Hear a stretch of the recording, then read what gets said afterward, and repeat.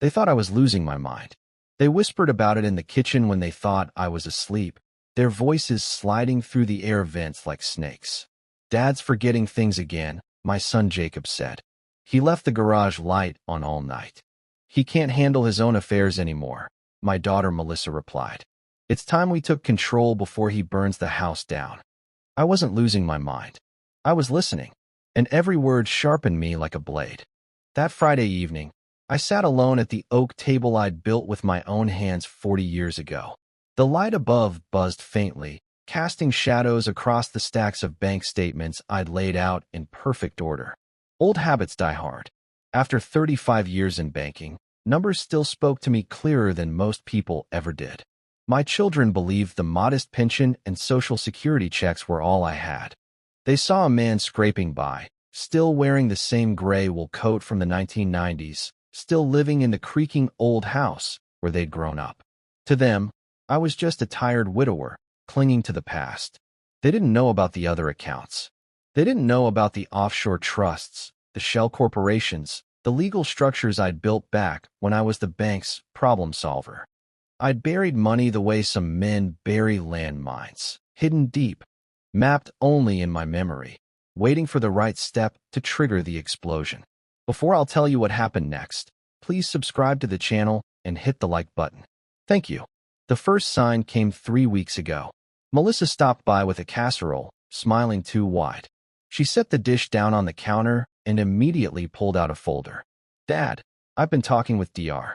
Stevens about your checkups," she said lightly, avoiding my eyes. "He thinks it might be time to consider assisted living, just for safety." I looked at the folder. Legal papers. Too neat. Too ready. "Assisted living?" I asked, my voice calm, steady. The way I used to question loan applicants I already knew were lying. "Just an option." She forced a laugh. "You've had some lapses. Remember when you left the stove on last month?" I remembered. I also remembered that it was Jacob who'd been cooking that night. He'd left in a hurry for one of his business meetings. But Melissa was counting on my silence. I didn't argue. I nodded, thanked her for dinner, and slid the folder back across the counter without opening it. Her smile twitched. That was the moment I knew. They weren't just circling me like vultures. They were already tearing strips of flesh. The hook sank deeper when Jacob showed up the following Sunday, his tie loose, his smile oily. "Dad," he said, dropping into my recliner without asking, "I know managing finances at your age gets complicated. Melissa and I have been talking. We think it's time we took some of that weight off your shoulders." He gestured toward the coffee table where he'd placed another folder, this one thicker. "Guardianship," he said, as if the word was a blessing. "We'd handle your bills, your property, your accounts. No more stress for you. Just peace of mind." I stared at him. His shoes gleamed. Italian leather. $1,000 pair, at least. Bought with what?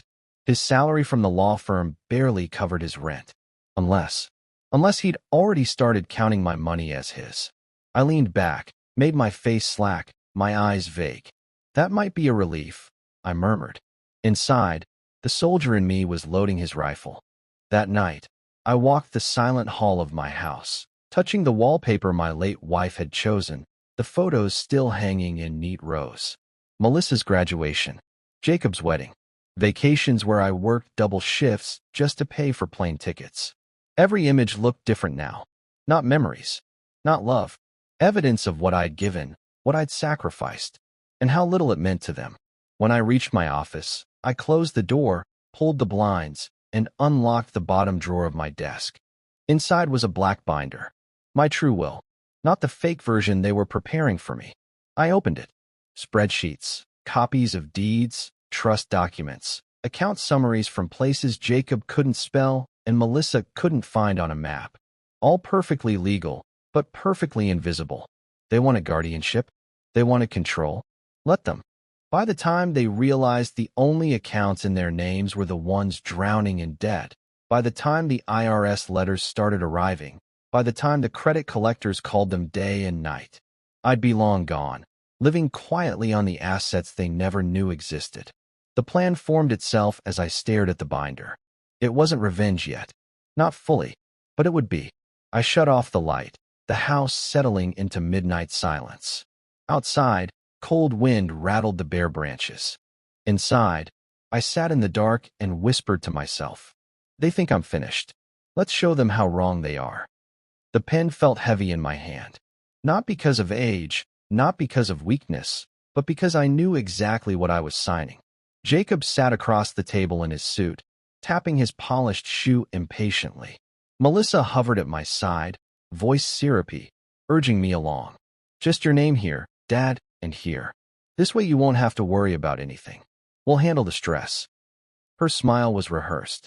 The same smile she wore when she begged for college tuition I didn't have, when she cried for a new car, when she lied that it was all for her future. I looked at the papers.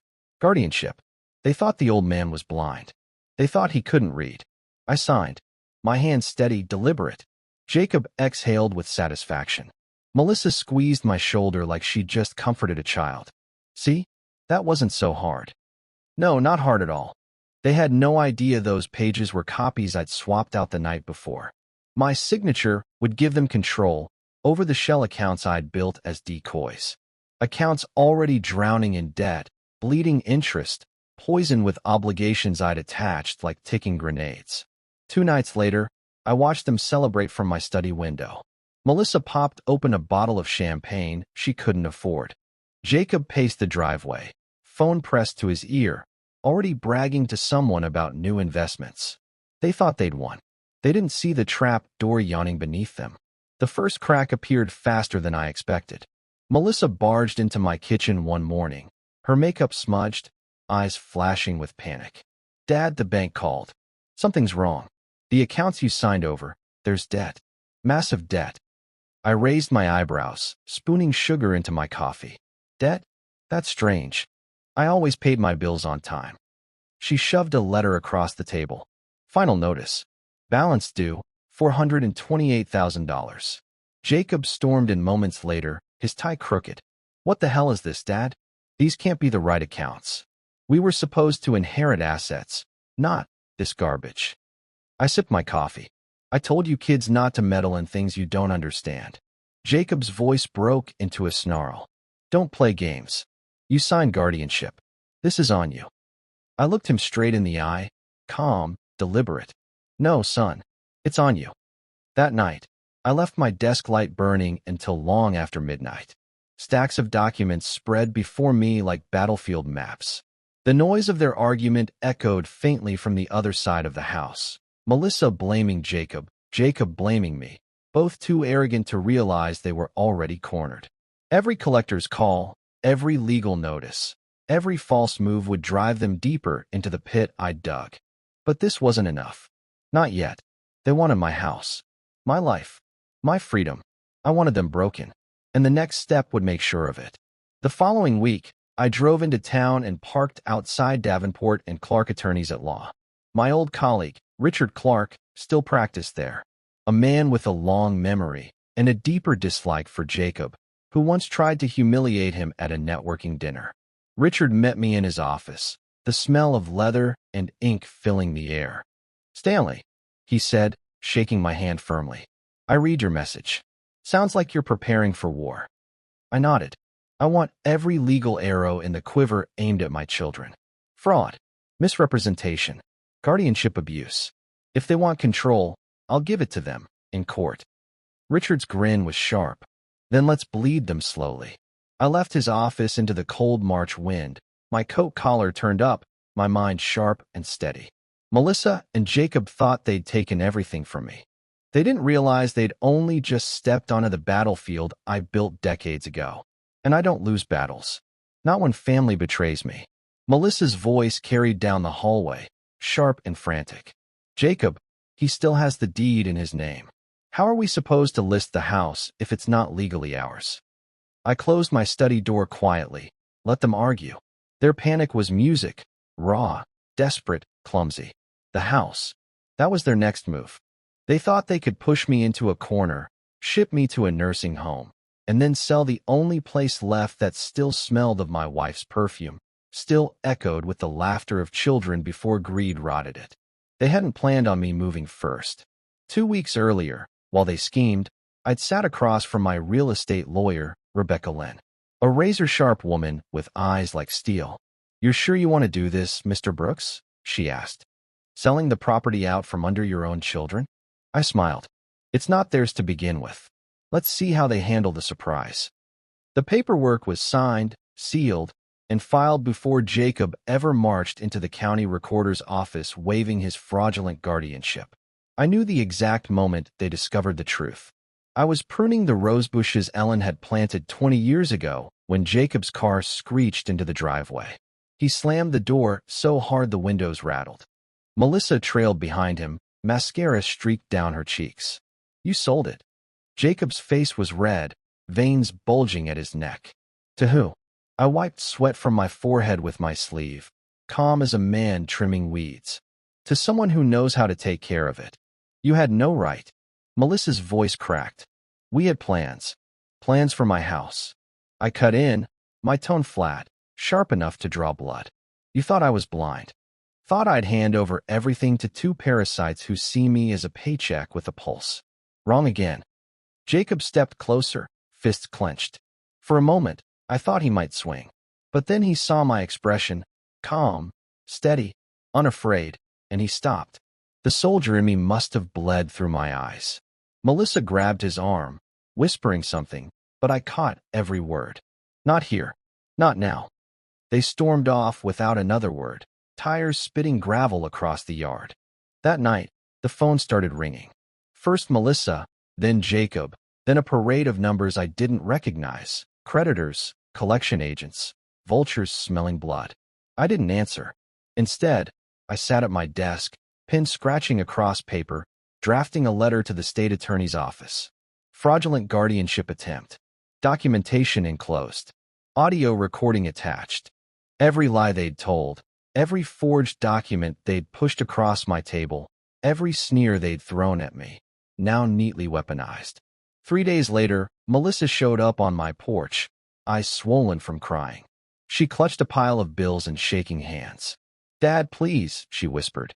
"We didn't mean for it to go this far. Just help us. Just a little. Pay off this debt, and we'll stop." I looked at her, my daughter, once a little girl who begged me to push her higher on the swing set. Now a woman begging for cash like a junkie. "You made your choice," I said, voice low. "Now live with it." Her lips trembled, eyes darting toward the stack of unopened letters on my table. She knew I'd kept every piece of evidence. She knew the tide had turned. For the first time in years, I saw something new on her face. Fear. As the door clicked shut behind her, I knew one thing. They were cornered now, and cornered animals bite, which meant the real fight was just beginning. The storm broke on a Thursday morning. I was sipping black coffee at the kitchen window when the sound of an engine idling too long made me glance outside. Jacob's BMW sat crooked across my driveway, exhaust puffing white into the cold air. He stepped out, tie undone, hair slicked back with sweat instead of gel.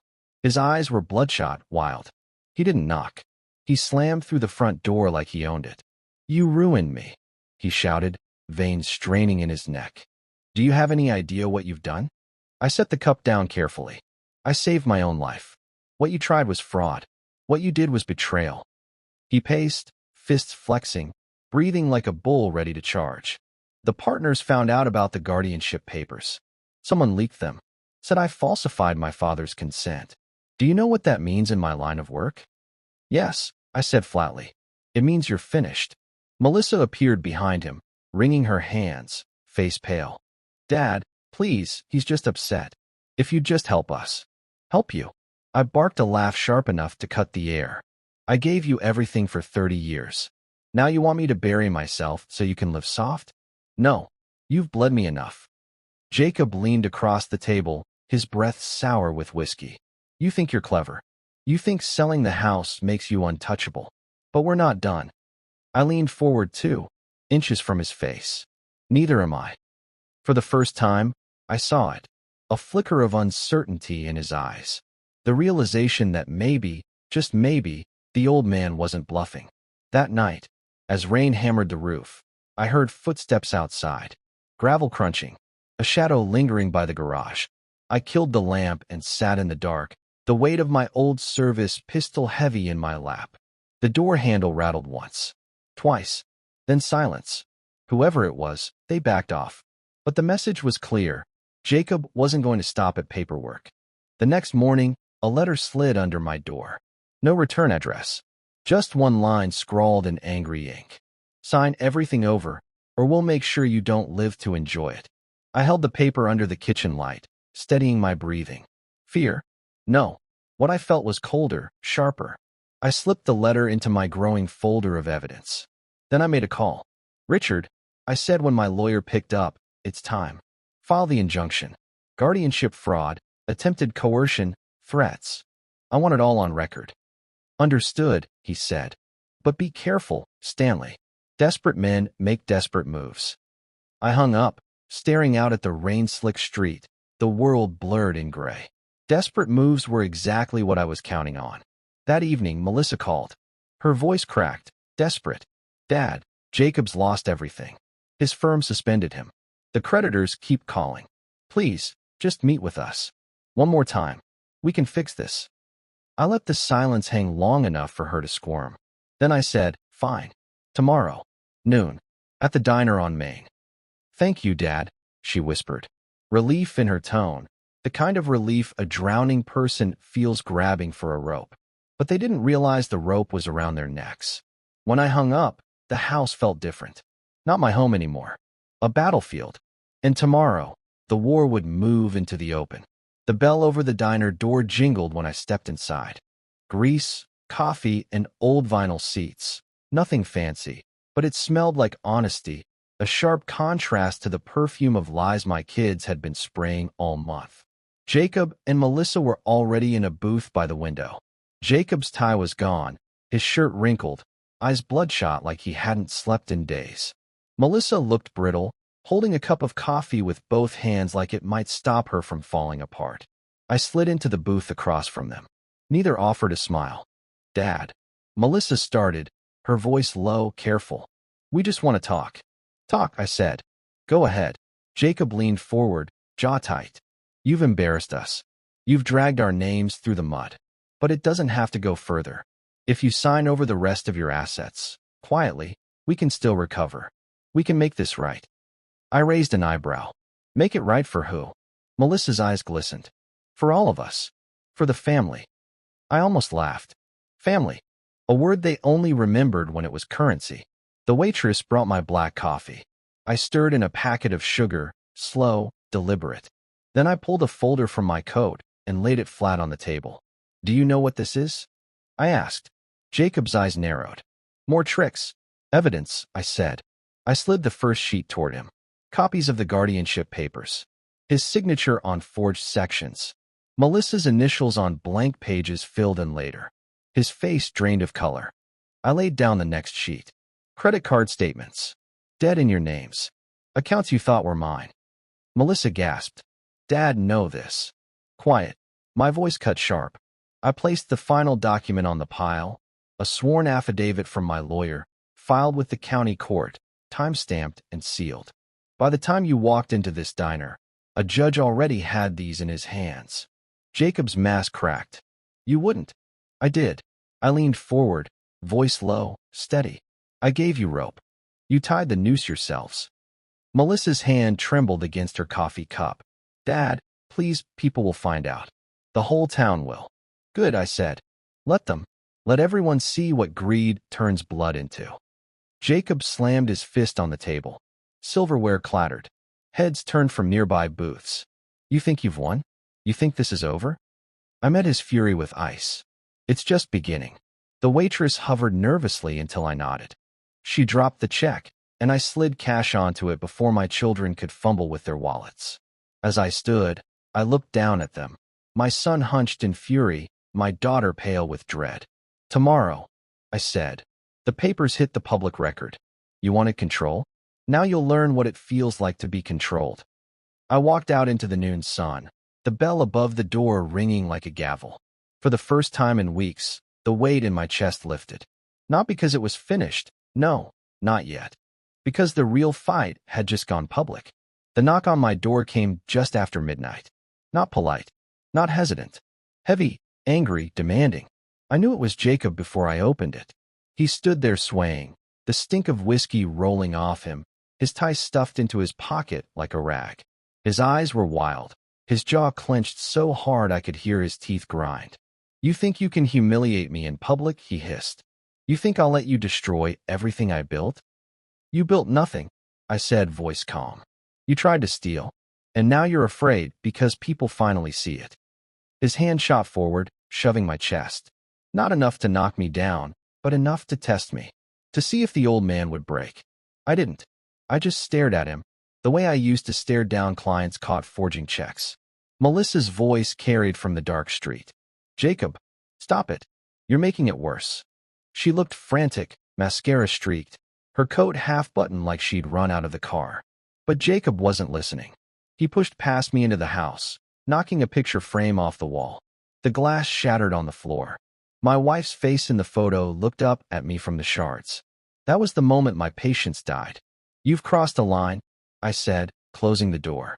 My voice was low, steady, the kind of tone that once froze younger bankers in their tracks. Jacob spun, his face flushed. "What are you going to do, old man? Call the cops? Tell the neighbors I shoved you? They'll believe me before they believe some senile retiree." I smiled. Cold. Thin. Good thing I don't need their belief. I only need this. I pointed to the corner shelf. The red light of a small camera blinked steadily. I'd installed it weeks ago, long before their schemes came to the surface. It had recorded every word, every shove, every threat. Jacob froze. His mouth opened, but no sound came. Melissa stepped inside, pale as a ghost. She'd seen it too. "Dad," she whispered. "Please, don't." But I wasn't finished. "Before I'll tell you what happened next, please subscribe to the channel and hit the like button. Thank you." The next morning, I drove straight to my lawyer's office with the footage. Richard Clark leaned back in his chair, watching Jacob on the screen, drunk and violent, while I stood motionless by the window. "This isn't just fraud anymore," Richard said. "It's assault, trespassing, intimidation. He's finished." "Not yet," I replied. "I don't just want him finished. I want him exposed. I want him to feel what it's like to lose everything with people watching." Richard nodded slowly. "Then we go public. Civil filings, police reports, local press. Once it's out, he can't bury it." That afternoon, Melissa called me 23 times. I didn't pick up. By evening, Jacob's firm issued a statement suspending him indefinitely. His face plastered the local news with the headline, "Attorney under investigation for fraudulent guardianship, assault allegations." I watched from my living room chair, the glow of the TV washing over me, the reporter's voice steady and merciless. For a moment, I felt almost sorry for him. Almost. But then I looked down at the broken frame on the floor, my wife's picture still cracked across the glass. No, sorry wasn't in me anymore. And still, I knew Jacob wasn't done. Men like him don't surrender. They flail. They claw. They drag everyone else down with them. I leaned back, eyes narrowing, and whispered into the silence. "Come on, son. Show me how desperate you really are." The news cycle ate Jacob alive. By Monday, his face was everywhere. The disgraced attorney who tried to rob his own father. Clips of him storming my house, drunk and violent, played on repeat. The firm cut him loose. Creditors swarmed. Former clients whispered about suing him too. But a man like Jacob doesn't curl up and disappear. He gambles. And when there's nothing left to gamble with, he uses other people's lives as his chips. It started with Melissa's call. Her voice was frantic, broken. "Dad, you don't understand. He took out loans. Huge ones. Not from banks. From people you don't want to owe. They've been calling nonstop. He's losing it." I let her words hang in the air. She wanted me to panic, to cave. But I'd been listening to men bluff for 40 years. And this didn't sound like a bluff. "What did he do with the money?" I asked. Silence. Then, he said he could fix everything. That he had a plan. A plan. Jacob's favorite word before everything collapsed. The plan revealed itself the next evening. I pulled into the grocery store lot just as Jacob climbed onto the bed of a pickup truck parked at the entrance. He looked manic, his shirt wrinkled, hair wild, eyes bloodshot. A small crowd gathered. drawn to his voice booming through a stolen megaphone. "My father," he shouted, pointing straight at me the moment I stepped from my car. "This man betrayed his own family. He's lying, forging, ruining everything we built." People turned to look. Some recognized me. Some pulled out phones. Jacob's voice cracked as he raged. "He's hiding money. Offshore accounts, secret trusts. He stole from us, from you, from everyone." Melissa stood in the crowd, face pale, begging him to stop. But Jacob only grew louder, veins bulging in his neck. "He's not some helpless old man. He's a manipulator. He's been planning this for years." And then he made his fatal mistake. He pulled a folder from under his arm, documents he'd stolen when he thought he controlled me. He held them high, waving them like proof. "These are the real papers, evidence of his lies." But he hadn't noticed the watermark, the quiet little detail I'd built into every decoy document. Copy, invalid. From 10 feet away, under the harsh glow of parking lot lamps, everyone could see it stamped clear as day across the pages. Gasps rippled through the crowd. Phones zoomed in. Cameras clicked. Jacob froze, realization dawning too late. I stepped forward, my voice low but carrying. "That's right. Copies. Decoys. Everything you touched was bait. And you bit down hard." The crowd murmured. Someone whispered, "He set him up." Another said, "Jesus, his own son." Melissa covered her mouth, tears streaking down her cheeks. Jacob's hands trembled, the folder slipping from his grip, papers scattering across the pavement. His face twisted, rage, humiliation, desperation all at once. "You ruined me," he screamed. "You." He lunged, right there in front of everyone. Strong arms grabbed him before he reached me. 2 deputies, responding to the chaos, twisted his arms behind his back. The megaphone clattered to the asphalt. The crowd erupted in shouts, flashes of phone cameras bursting like fireworks. Melissa sobbed, begging them to stop. But Jacob was already in cuffs, spitting curses at me as they shoved him into the back of the cruiser. I stood calm, silent, watching him vanish behind steel and glass. The town had seen everything, and there was no undoing it. But I knew this wasn't the end. Men like Jacob don't go quietly, even in chains. No, the final move would be mine. And when I struck, it wouldn't just end him. It would erase him. The courthouse smelled of dust and disinfectant, the kind of place where reputations die quietly on paper long before they ever hit the news. I sat in the front row, suit pressed, tie knotted steady. Melissa hunched 3 benches behind me, eyes down, fingers worrying the edge of her sleeve. Jacob shuffled in wearing county orange, wrists chained, fury leaking through every pore. He spotted me instantly. "You think this is over?" He hissed as deputies pulled him to the defendant's table. "You think you've won?" I didn't answer. I didn't need to. The judge entered. The room rose. Silence dropped heavy, like a curtain before the final act. The prosecution laid it out clean. Fraudulent guardianship petitions, filed with forged signatures. Assault caught on my home camera. Witnesses at the diner. The public meltdown in the grocery store lot, where Jacob had waved my fake documents like a lunatic and cursed me in front of half the town.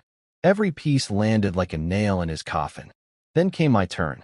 My lawyer, Richard, slid a thick folder onto the evidence table. The trust records, the offshore statements, the legal proof that every cent of my true assets was protected, untouchable, immune from their schemes. I stood when asked. My voice was steady, cold. My son and daughter believed I was weak. They tried to strip me of my home, my dignity, my freedom. They thought age meant ignorance. They were wrong. Melissa sobbed into her hands. Jacob glared at me, jaw tight, but even he knew the verdict was sealed. When the gavel finally struck, Jacob was led away, shouting curses that echoed off the marble walls. Melissa reached for me in the hallway, tears running hot. "Dad, I never meant." I stepped back. "You chose your side. You'll live with it." She crumpled against the bench, her sobs trailing after me like shadows I no longer carried. That evening, I walked through my new home. Smaller, quieter, but mine. The binder of documents sat neatly on the shelf, its work finished. Out the window, The sun sank red behind the hills, sharp and final. I poured a glass of whiskey, lifted it to the empty chair across the table, Ellen's chair, and let the silence answer. For the first time in months, the air felt clean. They thought they had buried me, but I buried them first, in front of everyone.